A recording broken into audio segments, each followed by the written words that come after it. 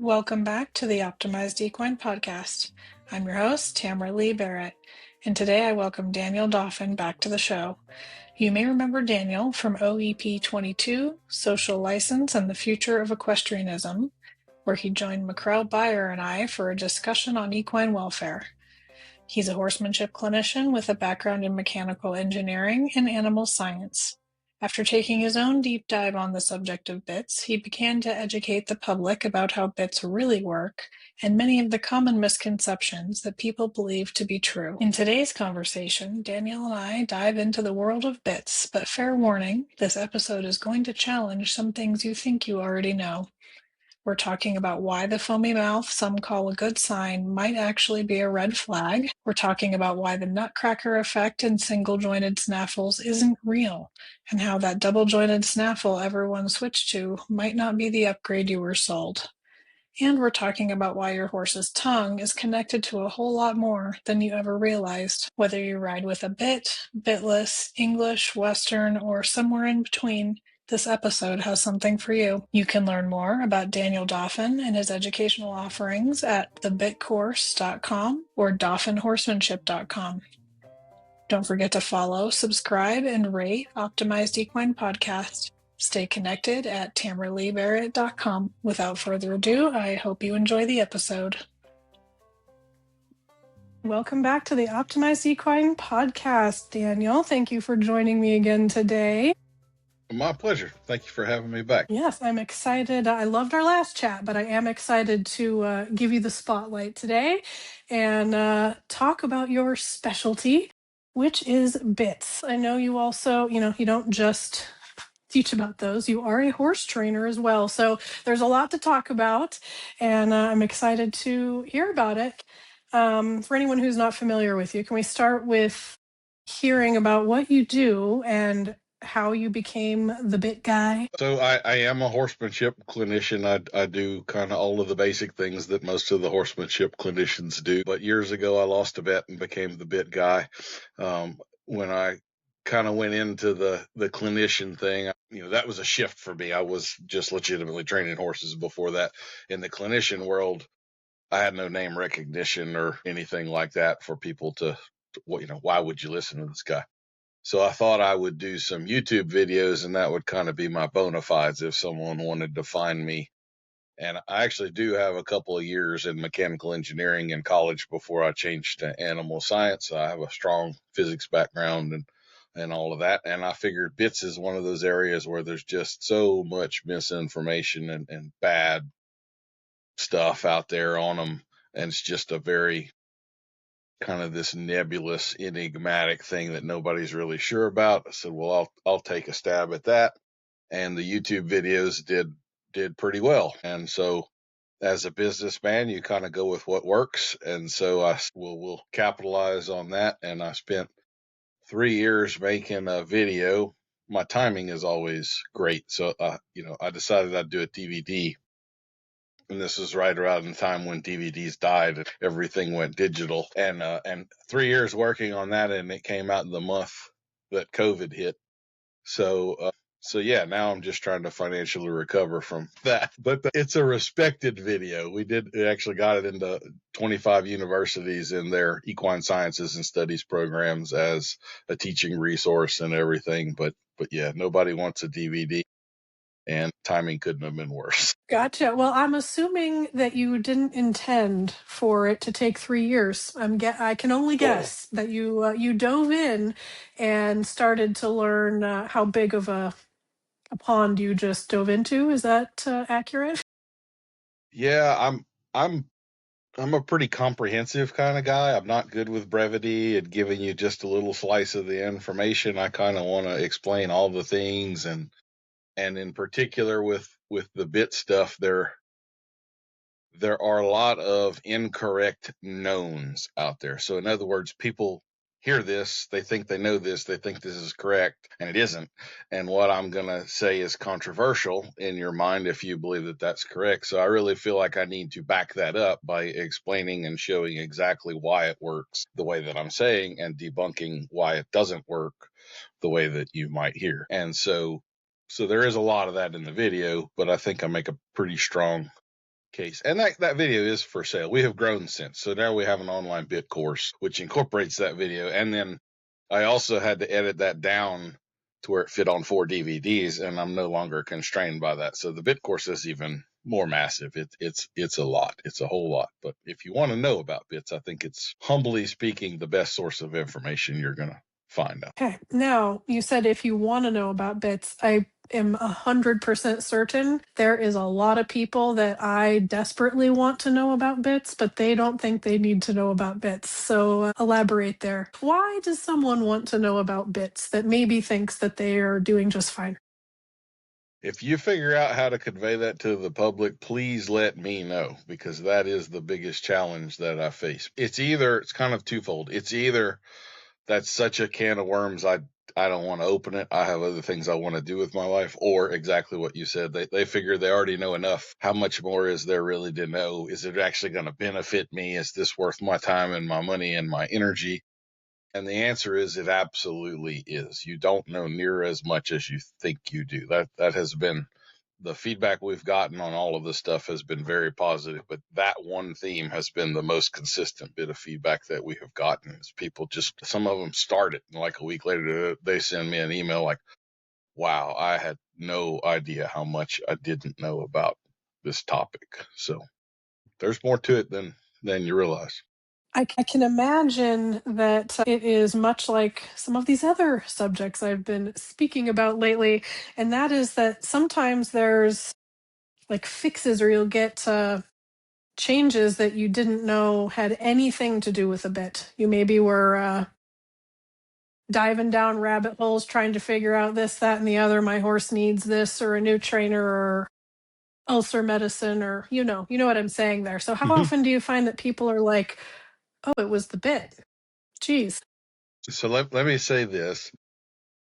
I speak less about bits than you might expect. It's not just specifically about the bit. It is really encompassing about a lot of other things, including your hands and how you use them, and some of the training things and timing and stuff like that. Really and truly, the thing that it all boils down to for me is the tongue and swallowing.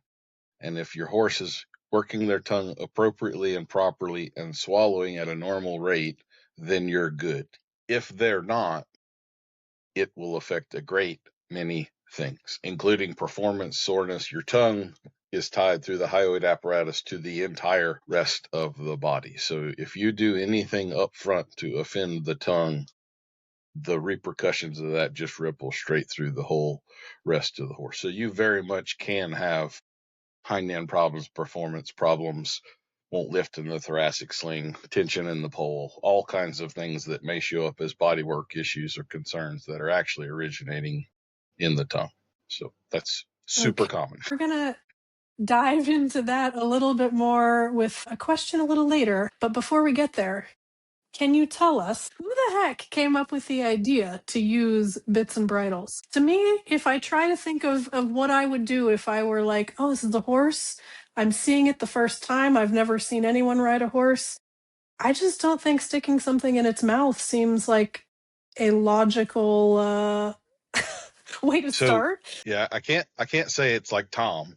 It definitely predates the written word and things like that. We have indigenous peoples who did not originally have anything in the mouth, and the original bits were rawhide, bone, antler, things like that. So it even predates man's relationship with metals, the Bronze Age, and all of that stuff. And then I guess, as people got metals, they started trying different things, learning how to forge them. So now we can change shapes. We don't have to go with a leg bone of a giraffe or whatever we might have stuck in there before. So that would be my assumption, but they've certainly been around a long, long time. Okay, and you said it first started without bits, but headgear? So rawhide, like what we might think of as a halter, it's not Mhm. that way, but just rawhide reins, something on the head. I would imagine if you've ever seen the way that they ride camels, kind of have almost a halter like headgear and one rein. I would imagine that's probably actually how it started, and then just as people do, they progressed and added something and tried something, and this didn't work, that did, and it just, we've had a few thousand years to morph it, and adjust at this point in time. So certainly it didn't change. Just a few thousand. Yeah, it didn't change that much until maybe 1,000 years ago, and that's when it really started becoming something more recognizable. But even if you go back 400 or 500 years, there are bit designs and things that you wouldn't ever consider putting in a horse's mouth today. Well, I think I'm going to dive into this question, and I suspect it'll take us some places. Okay. I think we would both agree that you kind of already mentioned it. It's the rider holding the reins is the biggest factor in a horse's experience or potential discomfort from the bit. So we're going to play pretend now, okay?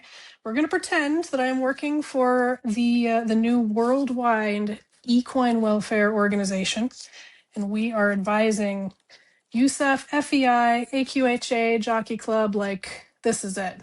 We're the worldwide. So we're going to hire you, Daniel, to help us write new rules and guidelines on bridles and bits. So with that in mind, do you have any idea, without saying more, what your top priority would be? That's a very big question. I know. That's why I figured this is just where we're going. And yeah.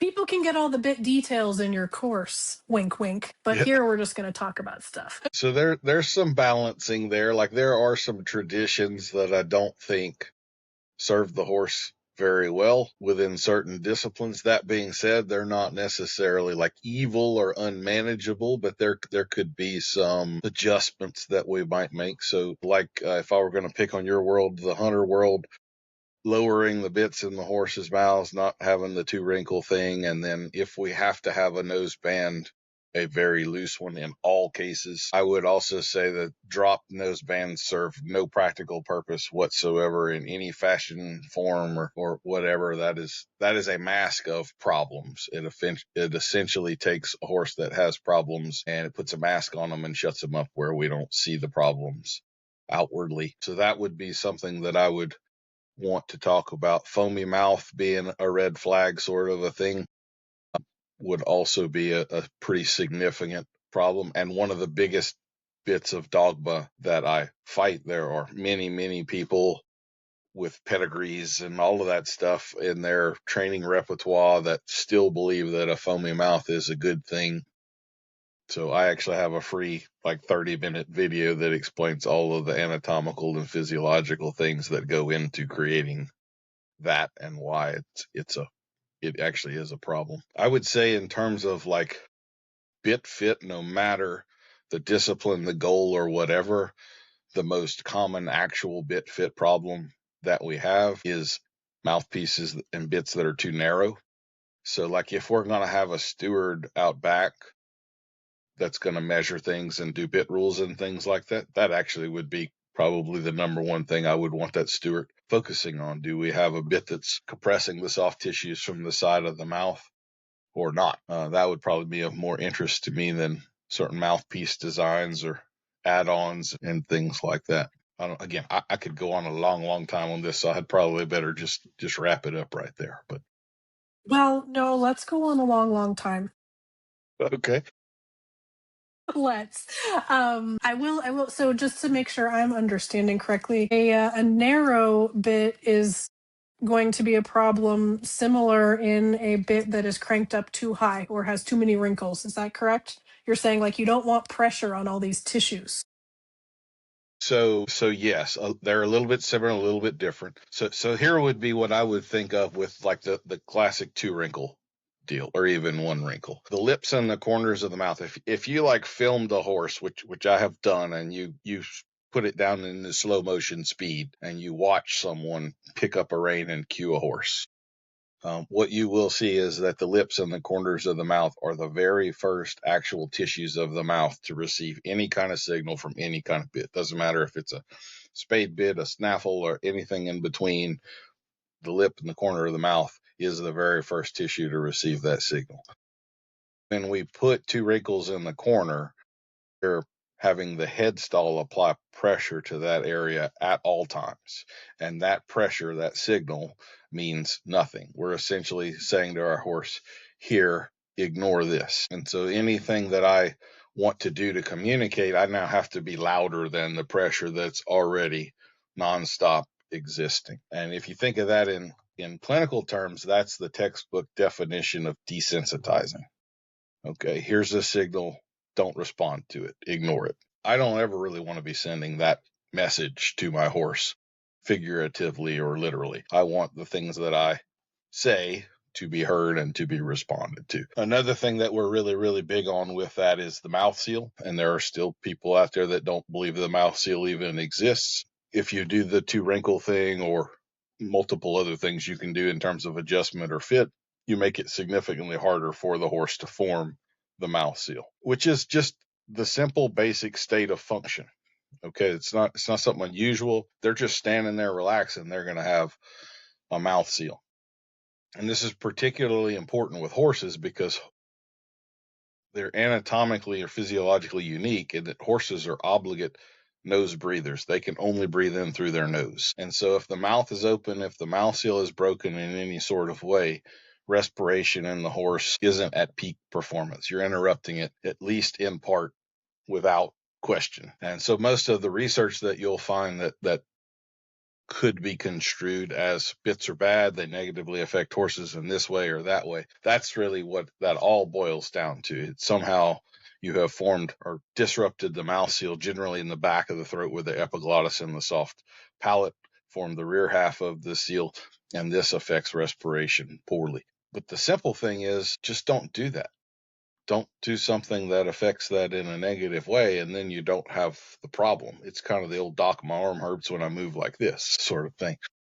So that would be a really big part of what I would like people to understand. In my mind, that should be like horsemanship 101. When you have the 6-year-old or the 8-year-old kid coming and learning how to bridle a horse, part of that should be, and we want it adjusted where it's hanging down right here and the horse picks the bit up and his mouth tissues are nice and relaxed and loose and he's comfortable. So I mentioned about a bit being narrow. The secondary thing, if we have it adjusted too high, is that just by the mechanics of the bit, that brings the cheeks in closer, which narrows the bit. And particularly with most horses, we're now pushing the cheek tissue into the premolars, the very first teeth, and those tend to be pretty sharp. So if we have interior mouth tissue pushed into sharp teeth, then the odds of discomfort occurring are exponentially higher. So am I heading off into outer space here, No, or bring me back, Tara? no, this is the rocket ship I wanted to ride, sir. This is exactly where I wanted to head. So let's go deeper on how you haven't really talked about mouthpieces much. Now, we have all probably seen some pretty horrifying mouthpieces, and I'm guessing there would be a short list of mouthpieces that you might want to ban when we make our rules. Is that true? A bike chain? Is there a place for a bike chain?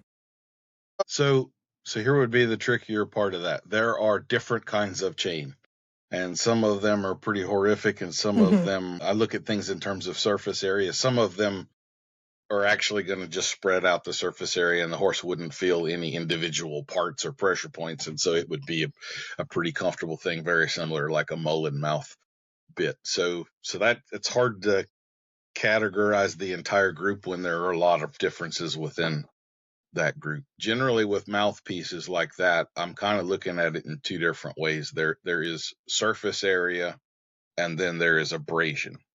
Okay, so surface area might seem obvious. There are a lot of things there that people don't really understand. Like, for instance, spade bits. Someone in your world from the English side may look at a spade bit and think that looks like a medieval torture device. And the reality of it is it has so much surface area. If you were tasked with trying to hurt a horse with that bit, you would have a really hard time doing it because all the pressure you apply is spread out over so many tissues. There's no like sharp pressure point. So that's how I would look at that. Like even some twisted wire kind of bits, they can be the right thing in the right place at the right time for the right horse. They can also be an absolutely terrible tool. A lot of that kind of comes down to skill of rider. And I do segregate bits in that kind of category too. A lot of people believe there's a right bit for this horse. I don't think that's necessarily true. I think there's probably a category of bits that'll fit this horse well, but there is often kind of a level of bits that this rider can get away with this horse. But if you put a pro like yourself on there, you could probably ride that same horse with a much larger variety of bits and still get along, and everything would be okay. So it can be kind of hard to say this is right or this is wrong. Context and all of that really, really matters. So I would also say, so like mouthpieces, like I am a big fan of a single jointed mouthpiece and a snaffle. That's probably my bread and butter where everything begins, because most all of our problems with horses that lead to tension and dysfunction, most of that is solved one rein at a time with lateral flexion and kind of going back to the basics and the foundation. But if you take that same mouthpiece and you put shanks on it, it functions very differently mechanically, and it now becomes what's generally a pretty bad choice for horses. Now that mouthpiece will kind of form that point, and that point now rotates and can go down into the center line of the tongue where the lingual nerve resides. So there's some complexity to that question. It's not something I can give you a straight answer on.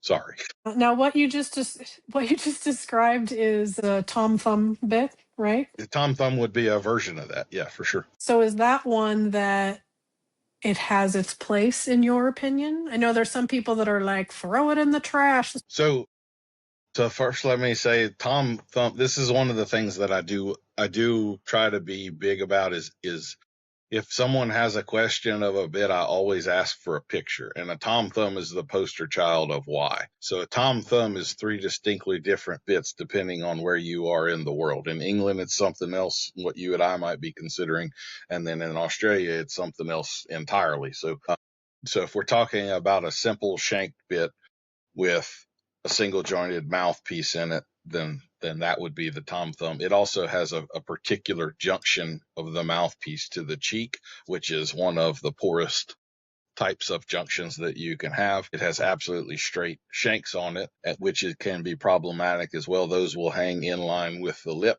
and can tempt horses to want to lip at the shank of the bit, where a curved shank kind of gets out of the way a little bit more. And then just generally speaking, everybody has their version of what a Tom Thumb is, but generally speaking, they are made very coarsely. And so like if we would look at the two center links in the center of the bit, they're often larger than they need to be, which is taking up more room and making more discomfort in the mouth. So yeah, Tom Thumb is one of those bits that the world would probably be better off without. I do use better versions of that as single jointed shank bits on occasion. That would honestly be when I'm going to use that is generally with a horse that's a little dumb.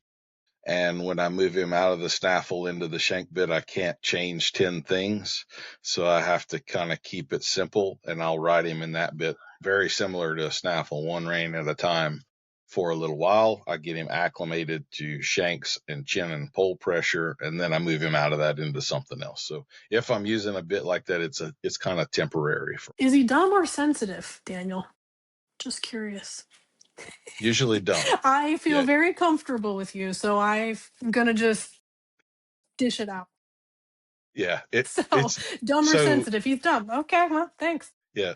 Sensitive is a different, that's a different problem. And dumb isn't, I mean, people have a negative connotation to that. Most of the amateur riders out there want a dumb horse. You know, the smart one is the one you're going to have all kinds of problems with. So let me not, the only drawback of the dumb horse is it takes a little longer to get him there.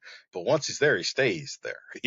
He's not looking for some new thing and unlatching his paddock and all of the problems the smart ones get into. Mm-hmm. And I think I get what you mean very much, and I don't take offense to it. But we all know that there's some horse peeps out there that are just going to be offended that a horse was called dumb. So I think it's fun to talk about.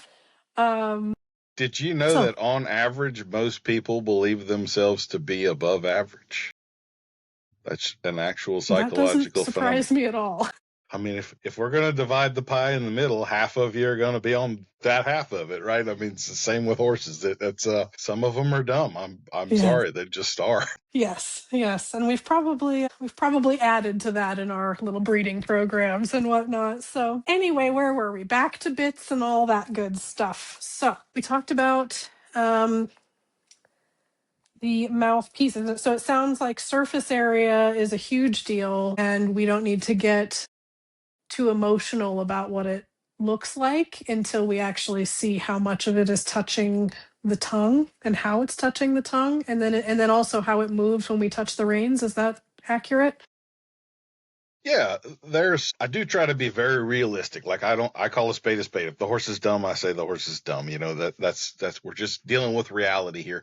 The dream unicorn that you have in your brain has no bearing on the horse in the round pen right now that bucked you off last week. We need to talk about reality, in my opinion. So that's kind of Yes. how I approach it. And I'm the same way. I'm very analytical with the bits. And so I also am looking at it with a mechanical engineer's eye. So some things that to the eye would look like they're air quotes bad aren't necessarily. When you really put that in the mouth, it spreads things. And then likewise, some things that look safe, I look at and I go, oh, I don't think I would ever put that in a horse's mouth. That's going to be a problem a whole bunch of different ways. So yeah, the feelings kind of thing can be very, very wrong. In fact, I'll blatantly tell you, like among bit makers, I have talked with a lot of bit makers. Their job's to sell bits. It's not to have bits that work well with horses. Once you've bought it, it's not their problem anymore. So they actually all kind of refer to them as fishing lure bits. And so they're making shiny objects that look cool. And whether that shiny object actually anatomically works with a horse or not is that's your problem, not theirs, So and Mm-hmm. every company I've ever seen has, they kind of have these 5 designs that everyone should own and these 13 that look super cool and that people are going to actually spend their money on instead, because people want cool looking stuff, not simple, basic, functional stuff. Waterford Bit. That's one that I think has an interesting look to it that to some really like horrifies people, and to some they're considered to be nice if your horse pulls. So what are your thoughts on that? Do you agree? Disagree? So there are a few different significant dividing lines in bits. And so like one of those lines would be bits that are more tongue pressure bits, so they're more vertical straight line kind of bits, and bits that are more lateral. So the Waterford generally falls into the more tongue pressure type of a bit, and really all of the double jointed snaffles tend to fall into that category as well. Any bit that's a tongue pressure bit can be problematic. That really comes down more to the usage of the hands and some basic understandings of the horse. So could you get along with a Waterford? You could just fine. If I had a horse that really had some problems, again, the main thing I would probably need to do, generally speaking, to solve these problems is to go back to one rein at a time and lateral flexion. And a Waterford would be a poor tool choice to do that. So it would kind of all depend. If I had a horse that was kind of soured and had some mouth vice problems, going to a bit like that to help solve those problems would not be my way of going about it. If I put it that way, I would go through the training process in one rein at a time and relax the neck and get them back to function and forming the mouth seal, and then we rebuild from there. I'm not big on let's find the gimmick that allows me to continue to ride as poorly as I have been riding. That's not how I go about things. Dang it, Daniel. I thought that's what we were here for. You're going to tell us the bit for every single problem we have. Okay. Now you mentioned there a double jointed snaffle is going to be similar to the Waterford in how it is a tongue pressure type bit. I have been this person and know lots of them that stopped using single jointed snaffles and went to double because they found out it's more kind or softer or ethical or the right thing to do, and they don't want to do the Nutcracker effect, and they never thought about a single jointed snaffle again. I have since thought about single jointed snaffles again, luckily. But what are your thoughts on? So this is I'm going to be at a disadvantage here because I'm having to verbally explain this. I like to use whiteboards and props and things like that to show how things work. But let me just say this very loud and clear. With regard to snaffles, the Nutcracker effect doesn't exist. It's mechanically impossible It can't happen. I can debunk every single aspect of what is claimed to occur with the Nutcracker effect. So I talked about different ways to slice the pie with regard to bits. The biggest single divider in bits would be Snaffles to Shank Bits. And one of the absolute defining key characteristics of all Snaffles is that you have no ability to rotate the mouthpiece. Okay. And again, I know saying this out loud it doesn't resonate the same way a video or a picture or something would. The Nutcracker effect can't occur because the angle of your rein, the way you're pulling on it, is in the wrong direction. So if some things changed, then it might be possible. But the way you can pull on a rein, on a bit, sitting in the saddle, there's absolutely no way that you can cause any of the claims of the Nutcracker effect to occur. So that being said, about 75% of the horses and people that I work with that have bit problems, the bit they've been riding with is the double jointed Snaffle. Now, is that a bad tool? No, it is just a tool. But because it is a tongue pressure tool, it's very easy, much more so than people realize, for you to overload the tongue where the horse just is like, I'm fried. I've had enough. I can't handle it. The tongue is an incredibly sensory part of the horse. And if you talk to it too loudly for too long, they're going to check out, throw their hands up in the air, and figuratively now they're in self-protection mode. And some of the things we might consider naughty are actually that horse just going like, hey, let go of my mouth. I've had all I can take here. So that's more the angle I come at it with when I work with a rider that, this is the bit I want to use and this is my horse. We take some breaks and we let that horse decompress and release tension every so often and make sure we see him swallow and all of those things. And then lo and behold, he stops tossing his head and doing all the things he was doing, because really all you needed to do was, you can ride in contact for a little while, but then you have to get out of his mouth and let him release tension and swallow all of the things. That's really the biggest part of it. So like what I get called a bit fitter a lot of times, and bit fitting is part of what I do, but it's a smaller part of what I do than you might think. The how to use your hands and the way the brain works and the chemistry and the body language, that's a much bigger part of what I'm doing than you might expect. If I get back to my worldwide organization here, I did also say, how do we protect the horse while recognizing that the mind behind the hand is the biggest factor in their experience? So any thoughts on that? I mean, to me, it's like, well, I guess it's education. That's an easy way to end that sentence, but you have any more to say on that? Well, I think education is the key. To me, part of that is reading body language. So like if a horse is three-legged lame, that's kind of obvious for people to see. But all that really is a state of dysfunction. The pain the horse is feeling is a data point that something isn't functioning like it should. And it might not even be a really important one, right? That could be a stone bruise or an abscess that's going to be resolved in 3 days and has no long-term side effects whatsoever, right? He could be three-legged lame, but in reality, he's going to be fine by Friday. What we don't tend to be very good at is looking at the face and seeing dysfunction there. And this is kind of something that I fight a lot, kind of like the foamy mouth thing. There are certain body language signs that are huge billboards of dysfunction that people have been convinced are actually good things. And so that's the educational challenge to me is to have people not throw the wall up and say, I already know this guy's wrong, doesn't know what he's talking about, and turn around and walk away. And I think if you listen to me, like I'm just talking about data points and connecting dots. It's pretty hard to deny that once it's laid out in front of you. So, so that would be what I would say. Like, I wish judges, the horse that performed the pattern correctly, but tossed his head the whole way through, there should be somewhere to say something about that on the scorecard, right? So anyway. Yeah, definitely. Now, back to foamy mouth, since you mentioned that again, it reminded me. I know I've watched your free video on that, but it's been a while. So if I were to sum it up, I would say foamy mouth means your horse is not swallowing. Is that accurate?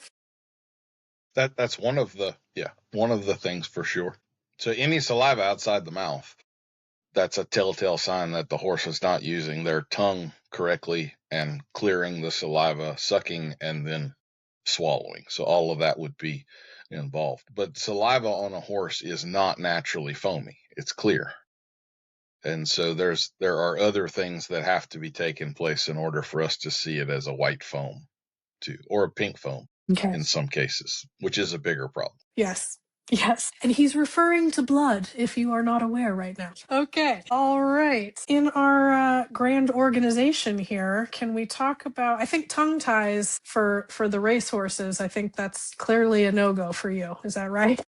It's a big problem. So like a lot of the research that I've read to prepare all of this stuff, there is, it's all, I took 3 years. That wasn't twiddling my thumbs. I was doing a whole lot in the midst of that.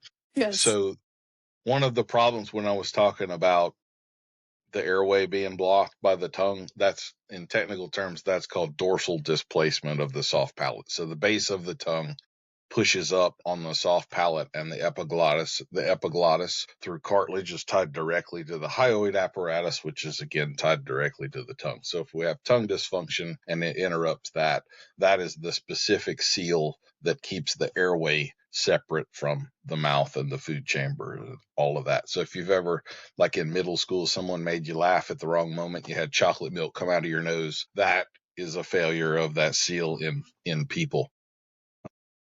So like for racehorses or trotters or any of those types of horses, that could be a veterinary prescription to solve the breathing problem. Is we tie the tongue down and now he can't withdraw the tongue, and then he can't physically cause all the problems and the airway restriction in the back. Other problems occur. So we kind of solve one, but we trade it for 9 others. So like that can be one of the absolute hardest horses to deal with and get comfortable in a second career, is some of these off the track horses that have been subjected to tongue ties and things like that. That really is, it should end. That's a pretty barbaric practice, to just be frank. Yeah. I would agree. And I think I feel the same way about the drop noseband. I know you mentioned that earlier, the figure eight, all the different mouth tying devices. There's so many excuses and reasons made for needing them, and it's like, no, if you didn't have to go do that thing right now, you wouldn't need it. Figure out the problem here. I could tell you that's something that we do in demos sometimes. Like if I'm at an expo or something, we usually have a 3-part demo. 2 parts are PowerPoint presentation, Q&A types, and then the third is they give me a horse and a rider. So like what they say, hey, what would be the ideal thing for you to have? I always ask for an English horse with a noseband and 2 wrinkles, because I can make that a black and white change in that horse. And we actually have a video, one of these within the course. So I can lower the bit, take the noseband off, and he's going to do ugly stuff for a little while. Okay. Because he's got a lot of tension to release. That thing has been crammed down his throat and he couldn't swallow and work his tongue properly. So it gets uglier first. But I can't tell you the horses that 20 minutes later, you look at them and they just go, oh, thank God. And they finally let down. And then you have the rider start trotting them around, and the back comes up, the hind end rounds and goes under, and they're moving so much better afterwards. The performance level goes up a lot when you finally get all of that stuff out of their way and you allow them to move freely. So one of the cool things we have now, all these dissections that are taking place around the country. Have you ever had the opportunity to go to one of those? Or I have not. So with most of them, they will show some of the connections between the tongue and the hind end. So you can, on a cadaver, you can put a bit in that horse's mouth and do nothing, and someone can swing the hind leg, and then you pull on the reins and compress the tongue, and the person on the hind leg will feel it immediately. There are direct line connections. There's 3 pairs of muscles that come off of the hyoid that go straight down to the shoulders and the sternum, and then fascia and everything that goes directly back to the hocks. So your horse's tongue is connected to a whole lot more stuff than you realize. If people just focused on keeping the tongue happy, so many problems would go away. I just couldn't even begin to tell you. Okay, now in our organization here, are we allowed to have draw reins? Well, so again, I don't ever want to say that a tool is immoral or something like that. I mean, it's an inanimate object. I could see certain horses that you could maybe ride in draw reins for 2 or 3 days and help them through a problem and then get out of it. But if you ride with something like that for very long, you are going to have them overflex behind the vertical, nose between their knees, which just in general positions. So we actually do the course in the video, and all of that starts off with anatomy and physiology and body language. So like you're probably aware, but in the sport of dressage, they have outlawed roll cur and behind the vertical. And yet there was a research paper that came out 2 or 3 years ago that cumulatively watched videos and scores of all the horses from like a 5-year period and found out that not only were horses still routinely behind the vertical, but it was heavily favored by judges at like 80%, some ridiculous number. They were favoring the horses in this posture. So like the foamy mouth, one of the things that can cause that is a horse behind the vertical. We have the parotid salivary gland, which lies behind the jaw, kind of if you thought of like between the jaw and the ear, and that little groove right there is where the parotid lies. There are a decent number of horses that I see that have chronically inflamed parotid salivary glands, and particularly on one side. So if we have that horse that really doesn't like to go to the right, then there's a pretty good chance something like that may be going on if they've been ridden in draw reins or some kind of apparatus like that a lot. The parotid salivary gland is one of 3 pairs, but it's the only of those pairs that releases an enzyme called latherin. And latherin is the same thing released in sweat that makes the horses foam up. So some of the time when we see a foamy mouth, what we're seeing is latherin in the saliva from a horse that's been behind the vertical. And now that's what's causing the foamy mouth and so forth. So actually inflamed parotid salivary glands it's not super common, but it's like I come across them regularly. Those sorts of problems in horses, which is just postural. It's again, if you quit riding the horse in this position and you realize how they see and how their body works and that they need to be here and not here, then it just resolves itself in a few weeks. So there's the education thing. I think if we explain that to you and now and you choose to continue to do that, well, now you're just a jerk, right?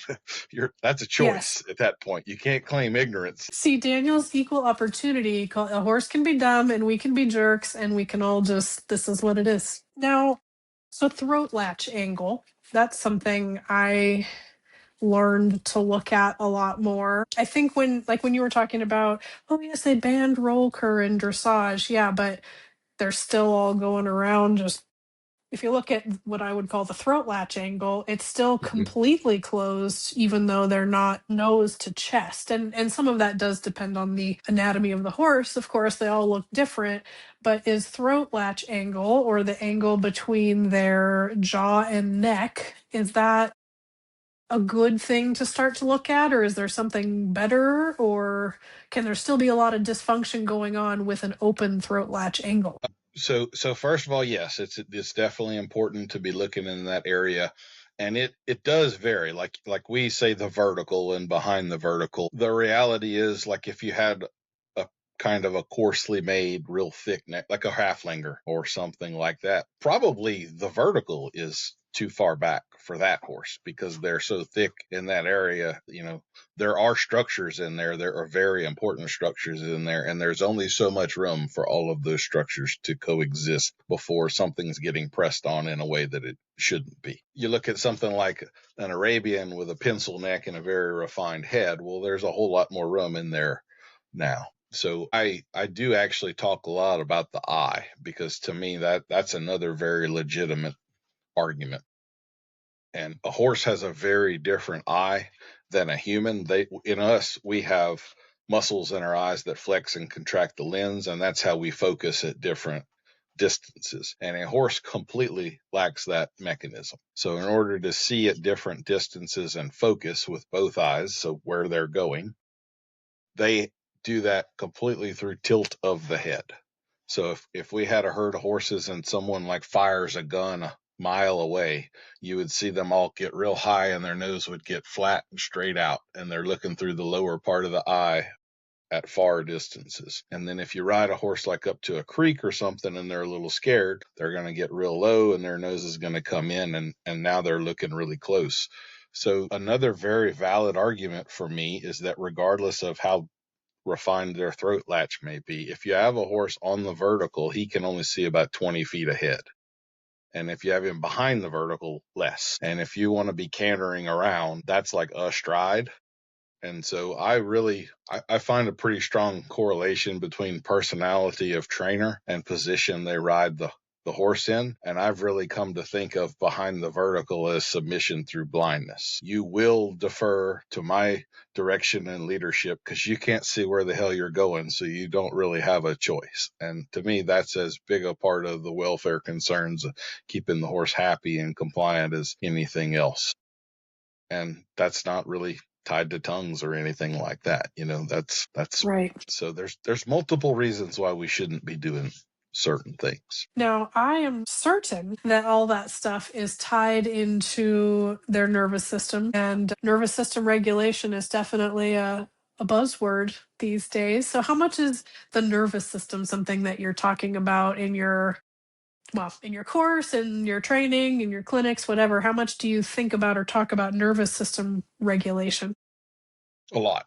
And so nervous system regulation, does a blind flight animal sound like something that's likely to be real relaxed and chilled out, or might that bring anxiety and panic about? So again, pretty hard to have that. But if we're looking at nervous system regulation, I don't want to do the math in my head, but I would bet like half of the signs of a horse decompressing we see in the mouth or near the mouth. So like taking a big deep breath, licking and chewing, yawning, swallowing, all four of those would be within the calming sequence, and they all occur right there in that same spot. So we might also have blinking, which isn't right in the mouth, still in the head though, and is involved with the sight. And then lowering or raising the head, big deep breath. So yeah, that stuff's all pretty darn important, and it kind of all is right there. One of the other things I'll say here, like it's pretty common that people come to me with air quotes bit problems, and they don't actually have a bit problem. They have a problem somewhere else, but it's being expressed at the mouth, and that's where they see it. So horses don't have hands, they don't speak out loud, and so they're kind of limited in the ways that they can express anxiety.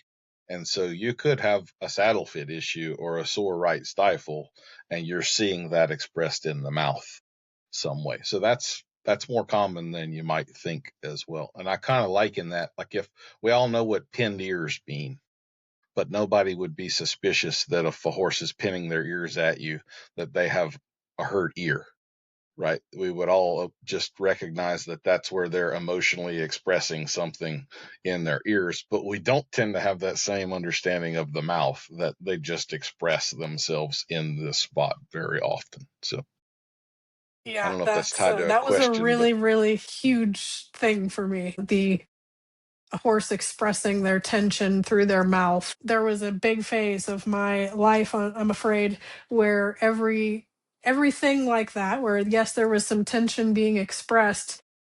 In my mind, it was, this is the bits problem, or this is a bit problem, or maybe not even a bit. It could be like, oh, this horse has trauma over this. But in my human head, it was all about the mouth. And I have most certainly come to learn that that's just where it's falling out. That whole body could be sending that tension and anxiety right up out there, and it's one of the few spots they can move sometimes with what we're doing with them. If you don't have it strapped shut, which I don't anymore, luckily. And that's where I went through a big phase. When that would happen with horses I was training, where they would start getting real, things would get hard and they'd get real mouthy, I would go to like a bitless situation. I don't do that now because I feel differently about it. But it used to be like, oh, there's a problem, we better get rid of the bit. And I've actually since come to learn how much the bit will help you talk to those problems, if that makes sense. Versus if you take it out and just go, well, there was a lot there and he didn't like it, so now I ride bitless.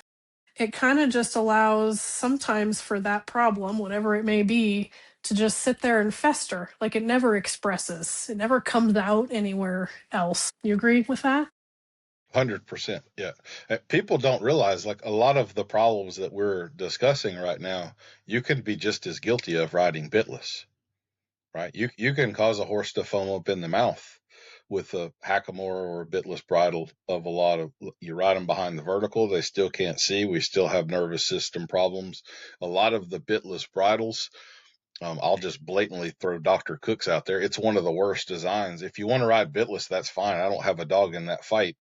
But that's a terrible design because everything about it is clamping the mouth shut, which can still cause tongue dysfunction and all of that, even though you're not actually touching the tongue itself. You're still strapping the mouth shut every time you pull on a rein, and it doesn't release that tension very well. It has way too much friction that holds all of that. So again, I don't get offended if people want to ride bitless. That doesn't bother me, but it doesn't exempt you from having skills, being able to read the horse, making sure that your timing is good. You're just as likely to mess all of those things up bitless as you are with a bit.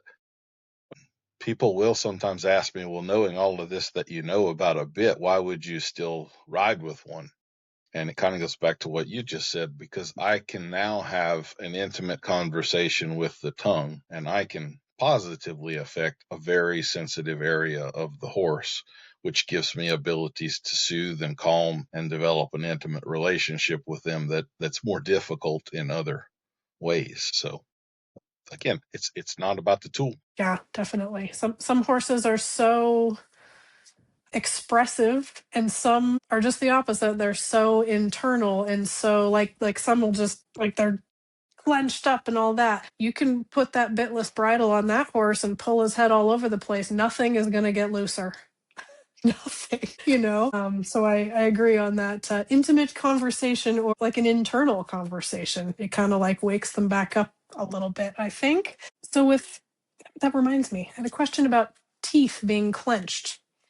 So this is how I would think about it. If you were to bridleless trot a horse around, both you and the horse would tense your abdomen up to keep your organs from sloshing around. Right? Now you could overdo that, or you could do it in a moderate way that was appropriate. So that's kind of how I would think about it. A horse should close their mouth. And again, if they're trotting around or something, they can't have total relaxation or their mouth would flop around, right? So they're going to hold it. But if they're clenched, like if I can watch a horse travel around and I see the striations in the jaw muscles, that's a problem. Like that's a huge red flag. The dental occlusion, the three pillars of the mouth, is incredibly important to a horse's proprioception. So again, his tongue and his mouth are more tied to his feet than people tend to realize. But if they really are clenching, then that is going to remove sort of the fine motor nerve part of that. It's going to go more to gross motor. And so we're actually, again, we're going to decrease performance. You could make your horse a lot more likely to stumble, believe it or not. If you're making too much contact with the tongue and he starts clenching his jaw and bracing up a little bit, they'll start tripping more, especially if they're a horse more prone to that. So that's what I like the opposite. So I think this is one of the, I don't know how deep in this rabbit hole you want to go, but like Boucher's jaw flexions.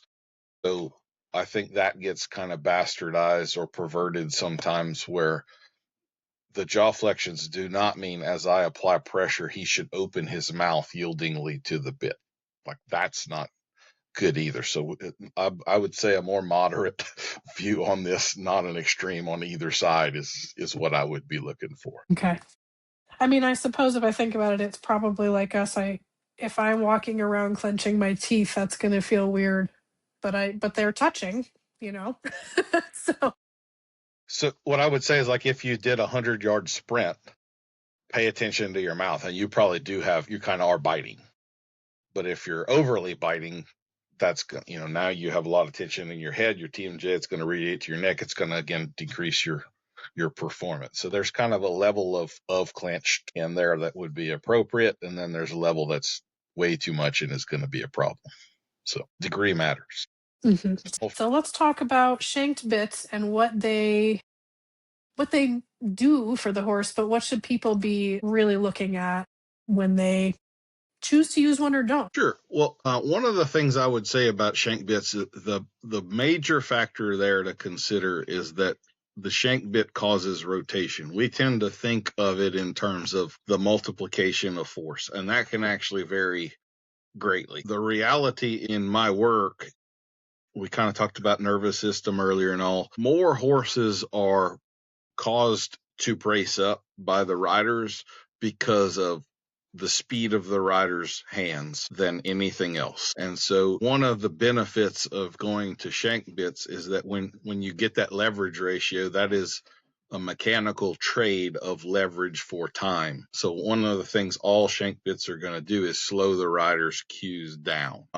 So like this is actually something I'll do with young kids when I'm teaching them how to ride. I actually start them off riding bridleless, but when they've kind of learned to use their seat and legs and control the horse and they earn the bridle, I put them in a shanked bit kind of like this, which kind of actually has a fairly long shank.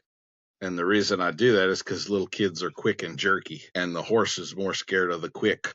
And a 6 or an 8-year-old kid can't pull on that thing hard enough to actually hurt the horse. So it mechanically slows them down, which actually helps the horse to stay relaxed more than anything else. Whereas a snaffle, you have the 1-to-1 sort of thing. So yeah, they only feel the pull as hard as you pulled, but they also feel it as quick as you pulled. And so that's one of those areas where people have more problems than they tend to realize. The rotation also allows, so if we have like a port in the horse's mouth, they'll feel the rotation of that. That really lends itself to subtlety. So you can actually cause that shanked bit to start to rotate long before the reins become tight. And thus I can communicate with a horse that I haven't actually pulled on yet.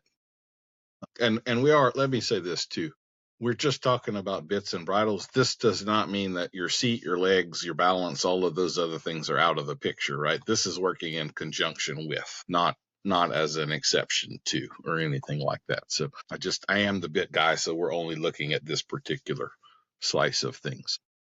So really that's what we should see when we're looking at shank bits. We should see that this is more about refinement and subtlety and a horse that is very responsive. It's not about he's a freight train, I can't stop, so I'm going to put some big honking thing in his mouth and I'll break your jaw if you don't slow down. That's not what the conversation should be about. And that's really one of the biggest parts of education. There are people that are trying to solve training problems with a bit, and a bit doesn't train a horse.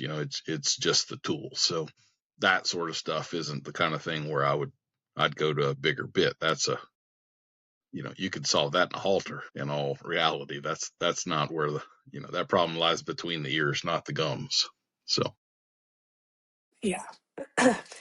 I really liked what you said about putting kids in that bit, because I am guilty of thinking like that would be a poor choice. But I totally get what you're saying. mm-hmm. Now, so you're saying it slows it down. It does if used quickly and firmly. It is going to give you more leverage than a direct connection, right? I'm not misunderstanding that, am I? Okay. No. So the potential is there, as with everything else, to overuse it and have it be like too much. But it's also, the potential is there to slow it down and be much kinder. Or yes, easier, and maybe kinder isn't the word we want to use, but easier to follow or easier for the horse to understand. So here would be the other thing. Let's say we've all seen the kid that is pulling and kicking at the same time, right? So if you put the snaffle on, you might drive him forward through that, but you put the big shank bit on, then that horse isn't going anywhere. And so now the horse is the teacher.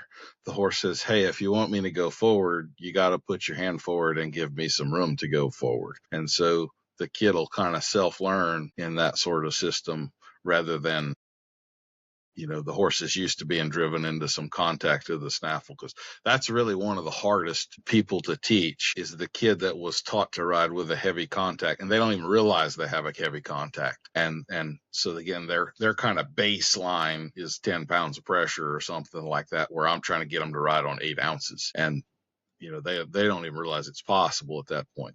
So if you get a kid on a horse that you either let go of me or I stop, well, they're going to learn real quick to put their hand forward and ride off their seat and their legs rather than balancing off of their hands and some of those bad things that kids can learn. When you were describing using the leverage of a shanked bit to control the horse, that is the picture I get when I think of them in English land, not necessarily always in Western land. But in English land, I cannot think of very many examples at all of any kind of shank being used for anything other than that. Is that your experience as well? It can, yeah. I don't mean to just pick on English. What I would say is that contact is really the problem there. I think the way that it's generally taught and addressed is missing some important parts. Like contact is something horses cannot handle indefinitely, even if you have good contact. They need breaks from that so that they can lick and chew and release tension and you get completely out of their mouth. And when I work with English riders, it's incredibly common that even when like they stop to talk and they're asking the horse nothing, we're just resting here, they're still in contact.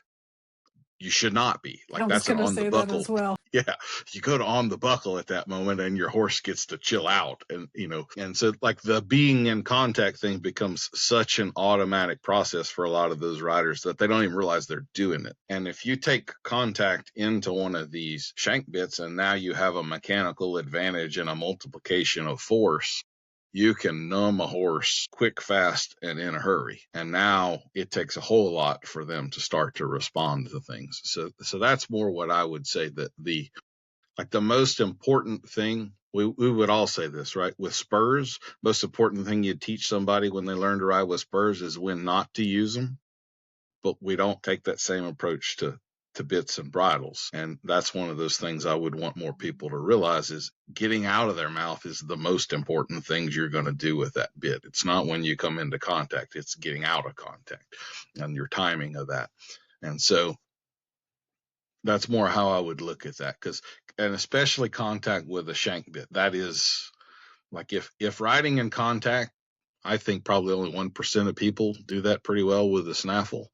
If we're going to put that into a shank bit, then that's the 1% of the 1%. You almost never see that done well. And so it's a high level skill, and we don't tend to approach it that way. We have way too many 8-year-old kids taught to be pulled around like a skier behind a boat rather than actually riding with a nice, soft, loose contact. I even want people, like, I want you to pick up the reins and I want you to feel through the reins. Like, close your eyes and feel when the bit makes contact with the lip. And then a secondary step is when it makes contact with the tongue. And a tertiary step is when we compress those things. And once we've compressed those things completely, then and only then do we make bar contact. And if you think about it that way, you'll realize how hard you have to pull to make bar contact. And for a lot of people, bar contact is where they start. That's kind of their default. And it's so heavy. It's not like, if you're making bar contact regularly, your horse hates you. Period. Full stop. Like, it's way too much. So yeah, learn to just feel the tongue. You should feel your horse swallow. I'm paying attention to that. If I'm riding around and it's been 3 or 4 minutes and my horse hasn't swallowed, I'm going to stop and get out of his mouth and make sure that he does, because I need him to release the tension and do all of that stuff. You can't go ride circles in contact for 45 minutes and think that nothing bad is going to come of that. That's just a recipe for problems. So as you were describing some of that, I was picturing a classic English student, and that is riding around on their big thick-necked horse with their big fat rubber-coated Pelham, and they've got the connectors on it and one rein. So tell me about this. Is there anything good to come of this? So I would call that a converter. So we're kind of blending like the snaffle side and the leverage side of it. I don't think it's a bad thing. Like, it's the communication you're going to have there would be like watching TV in 720p. It's lower resolution than what it could be, but it's not necessarily bad or terrible or anything like that. So like if we're talking about a kid that's leveling up a little bit, or maybe this horse does need a little more little more oomph in his stops or whatever, I don't think it's a bad choice. And frankly, the two rein is, some people have trouble walking and talking at the same time without tripping a little bit. So you make them ride a horse and give them two sets of reins to work with, and that's just too much, right? So that could be kind of a good intermediate step. So I don't hate them. I think it can be appropriate. I guess that's how I would look at it. I've actually seen one Olympic level rider that rode with them. I think they only did it during stadium jumping for some reason, but I mean, if that's the thing that seems, and their horse looked good, let me say that. Just because you're an Olympic level rider does not mean that I think you're a good rider. Plenty of them make me nauseous when I watch some of the things that they do. So, but this one was pretty nice. So yeah, I don't hate a converter. I think they have a place. I should have brought pictures. That would have been smart of some of the headgear on Olympic level show jumpers. Let's say I can't believe some of what is allowed when it comes to whether it's the material of a noseband, the tightness of a noseband, the number of nosebands, connectors going to so many different things. It's crazy. So if we go back to our worldwide organization here, do you have anything that you would say would be like, well, this is something we can say should not be allowed in our organization for horses, if we're thinking about those kinds of contraptions? And I know, just for the record, that is not the only discipline where they use these kinds of contraptions. It just happens to be one that you and I definitely are familiar with. Yeah, some of the racehorses, the trotters are the same way. Like they have 17 bridles on the horse at the same time or something. You have to have a PhD to dissect what all is 20 pounds of stuff on that horse's head. I would have to do some thinking about that in terms of how I would write a rule. One thing I would say here is that I would unabashedly judge the rider based upon that. I always, like, my goal with a horse, even though I'm the bit guy, is to get to a point where I could do whatever I wanted stylistically bridleless. And so to me, it's a graduation successfully through the bits to less and less and less, more and more and more subtlety. And so if I'm watching someone that's supposed to be at a high level and they need a whole bunch of crap on that horse's head, I'm questioning this pretty heavily. Again, like I say, it's a mask. Let's take you behind put you in a safe area, an 18-foot tall round pen you can't jump out of or whatever, and let's start pulling these things off systematically and see how bad this gets, because that's really what your horse is. If we're going to respect the horse and what the horse is trying to tell us, then don't we have to give the opportunity to the horse to actually tell us and peel all this stuff off periodically and see what he would say if he could say. And so that's really how I go about things. So if I'm doing a consult, we're going to get simpler. We're not going to get more complex. We're going to strip it down to as much as we possibly can and let the horse actually tell us what he thinks. Because now I can work with him. Now I have an honest assessment of what he thinks. And so I can start to adjust using his judgment and his comfort as my guide. So yeah, I would be embarrassed. I mean, like, if I were going to ride out in public and I got 20 pounds of headgear on my horse, like, I would be, hiding my head in shame. That would be, yeah, absolutely. Yes. Okay. Now there's another thing that I have seen on that circuit, and I am genuinely forgetting the name of it at the moment, but we probably don't need to say it anyway. But essentially, it is a mouth protector that people will put in the horse's mouth. Grand Prix riders I see using these things, and I cannot believe it. So is there a good use for that? Is that, to me, someone could say, well, if you're into a big fat rubber Pelham, then why not use something like this too? What are your thoughts on that? I would put this squarely in the gimmick camp. That's kind of how I would look at this. Like, why should a horse, especially a high level competition horse, need protection from me and the bit? Like, that seems like the whole premise here is a bit flawed. Like, couldn't we train the horse or ride the horse in a manner in which they don't need protection from the equipment that we're using. That would always be the way I would want to approach this stuff. I do think, like, the earlier premise here was, why would someone want to learn from me? Because people think that they kind of have this figured out and they know enough. Well, this is why. Because, like, there's a whole lot of problems out there that they go to very long lengths to try to continue down a dead end road, when what they should have done was backed up and fix the original root of the problem, instead of trying to treat all of the little symptoms of it with a different kind of noseband. And now we need a drop, and now we need a flash, and now we need a bit guard, and now we need a double, or whatever, a tongue tie, or God knows what lengths people are going to go to, when what you really need was to back up to the most simple step and reestablish the mouth steel and comfort in the horse's face, and them traveling correctly, and the basic communication. Like, that's what the bridle is supposed to be there for, is just for communication. And if we've trained this horse for several years, slow down isn't a real complex ask, right? It Left shouldn't be. isn't a real complex ask. Yeah. Like, all of that gear should be an indication that the communication is breaking down, and you need to back up and focus on that. That's, I would call this stuff generally misguided. It's trying to solve this thing in the wrong direction, instead of really getting to the root of the problem and dealing with what the actual problem is, rather than, some other gadget on their head. And Yeah. unfortunately, the people in the gadget business, like, they have an incentive to not actually fix your problem, because if they make more money if you buy 5 bits from them than if you just buy one, right? So there's kind of this never ending better mousetrap thing going on here, and people are just, they fall prey to false hope here. And, like, none of it actually helps the horse. This doesn't make things better for the horse. It's just, it perpetuates serious problems. It just makes you feel better because those problems aren't as obvious to your eye anymore. But the problem is still very much there.